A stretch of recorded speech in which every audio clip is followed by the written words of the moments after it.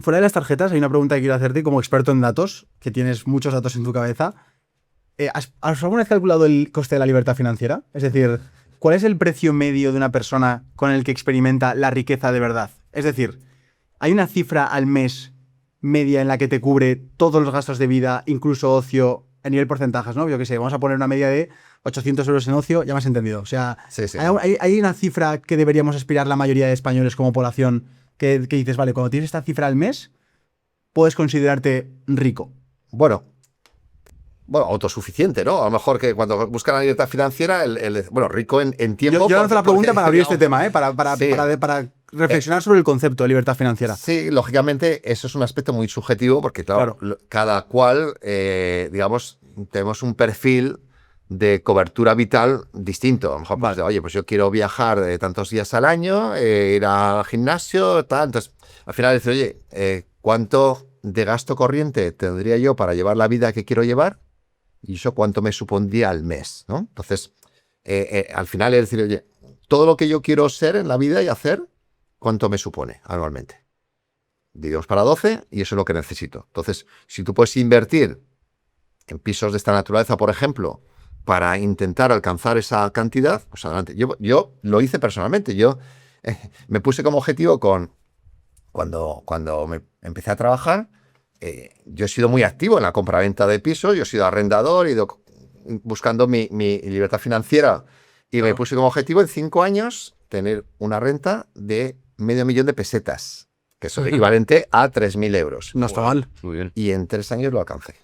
Entonces ya con eso ya yo me sentía, estaba tranquilo. Es decir, en aquel momento, ¿no?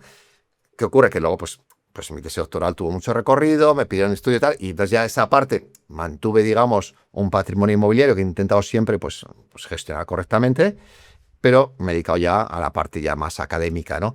Pero sí, y yo animo a que ese tipo de cultura, cada uno a nuestro nivel, intentemos fomentarlo, porque es lo que nos permite, pues a lo mejor no el 100%, pero tiene un porcentaje de libertad, ¿no? Entonces, por eso a mí cuando me vienen los alumnos y me dicen, oye, mira, compra un pisito, he hecho esto, tal, pues me parece fantástico porque es intentar conseguir esa libertad. Y al final cuando vemos mucha gente que dice, no, es que hay jubilados que cuando alquilan una vivienda es su complemento de renta, pues lo que han intentado hacer es eso.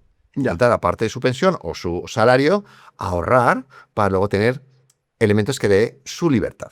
Claro, encima yo por lo que analizo, que tampoco sé mucho de inversión, pero la manera más viable de ser libre financieramente es con la inmobiliaria, porque te puedes apoyar del banco, ¿no? Es decir, ser libre invirtiendo en fondos indexados o en bolsa es más difícil porque partes de tu capital, pero en cambio en el inmueble puedes partir de un capital que no tienes como tal. Yo, donde me siento cómodo es en el inmobiliario. De hecho, publicé un libro autobiográfico de una intensa vida inmobiliaria donde cuento y cuando escucho, por ejemplo, más de la mitad de los deportistas de élite de la NBA a los 5 años se han empobrecido, tal, no sé qué. Entonces, yo pienso, si con el 10% de lo que ganan lo hubiesen dedicado a inmobiliario, es que no tendría absolutamente ningún problema.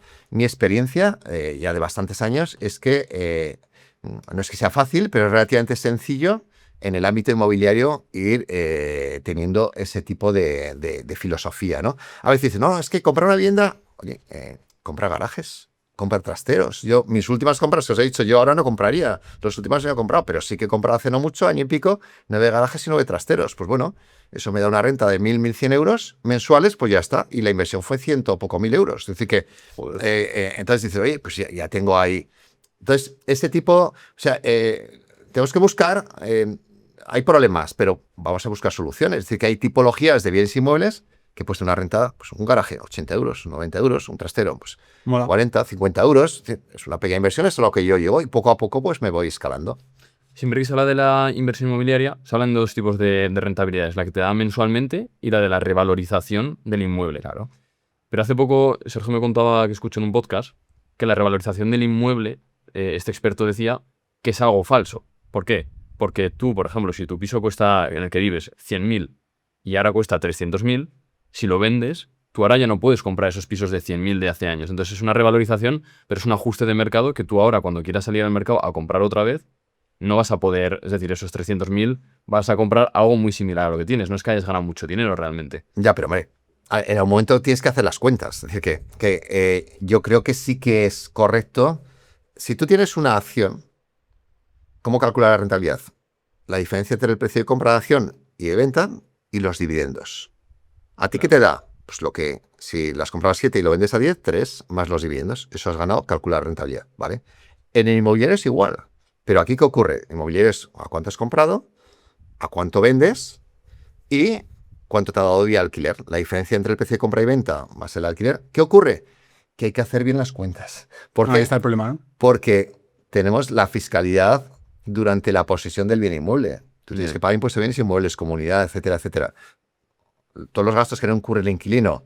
Y cuando vendes, también tendrás que pagar una cantidad importante de la plusvalía vía IRPF, plusvalía municipal al ayuntamiento. Es decir, que hacer esa cuenta es correcta, pero lo que hay que tener bien en el cuadro de mando de cálculo es todos los componentes. Sí, pero yo lo que voy es que si la revalorización es la de tu propio inmueble, da un poco igual, porque... Hombre, claro, si tú vives, claro, es que ahí, si tú vives en ese inmueble, dices, es una sensación. Es una sensación, porque luego si No una te realidad. vas de ahí y se compra algo a un precio alto En también. algún sitio tienes que vivir, efectivamente. Pero eso ya no es, bueno, invertir entre comillas. Cuando yo hablo de invertir es decir, oye, yo compro algo y lo alquilo, entonces tengo una rentabilidad vía alquiler y vía revalorización o no del activo. Pero si yo estoy en una vivienda, hombre, psicológicamente, pues decir, oye, mira, pues me costó 100, ahora vale 300, ganaría tanto, pero te tendrías que ir. También habría que decir, oye, ¿cuál es el valor de uso? Es decir, si yo no hubiese podido vivir en esta vivienda y hubiese tenido que pagar el alquiler, ¿cuánto hubiese tenido que pagar? Bueno, sí, una buena medida. Entonces, Total. es diferente si tú inviertes o si tú vives. Claro. Escuché de un experto una metáfora que me parece muy buena y quiero compartírtela, que es la especulación, cómo definirla. Y hablaba de cuando tú haces un tiro de cerveza, ves lo que hay de cerveza y lo que hay de espuma. Y como que lo que hay de cerveza es el valor real de esa inversión y lo que hay de espuma es la especulación, ¿no? Podríamos hablar de si, por ejemplo, cuando hay una burbuja hay más espuma, entiendo, que la cerveza, ¿no? Sin duda. Cuando hablamos de la revalorización, ¿solo tenemos que contar la cerveza que ha crecido? ¿O también meterías en la ecuación de la revalorización la espuma? Porque, claro, del inmueble que compró mi padre y mi madre por 70.000 y que ahora vale 215.000, ahí hay algo de espuma por el camino, ¿no? Yo creo que conviene aclarar una cosa, y es diferencia entre invertir y especular. Vale. ¿Qué es especular? Comprar y vender a corto plazo. Es decir, tú compras y vendes, tienes una realización. Eso es especular. Pero invertir es distinto. Invertir es comprar, alquilar y luego vender o mantener. ¿Bien? Entonces, dice, no, es que se especula. No, no. Se invierte, alquila. El que especula es el que compra y vende. ¿Bien? ¿Por qué? Porque su objetivo es sacar más dinero del que ha puesto cuando ha comprado. Vale. No es gestionar. Eso es especular. Bien. Luego, el valor. Claro, la espuma es espuma hasta el momento que vendes. En el momento que vendes, Es cerveza. es cerveza. Entonces, Claro. el valor es subjetivo. Yo digo, a mis subjetivo. alumnos, digo, yo doy clase de evaluación de empresas, ¿no? Entonces digo, que al final son bienes heterogéneos, cada empresa es distinta, como cada vivienda es distinta. Entonces, digo, mira, el color, la forma, el tamaño, el peso son características físicas. Pero el valor es subjetivo, es lo que una persona asigna a un bien. Si te lo paga el mercado, ya es objetivo. Ya, oye, mira, este piso te lo compro en 400.000, ya está, ya no hay espuma. Entonces, la espuma existe mientras no cierras una operación. Nosotros como inversores deberíamos mejorar la habilidad de reconocer la espuma, ¿no? ¿Entiendo? Claro, ¿cómo encontramos la espuma en el ojo ajeno? Es decir, ¿cómo sabemos si estamos comprando un piso por encima o por debajo de su valor?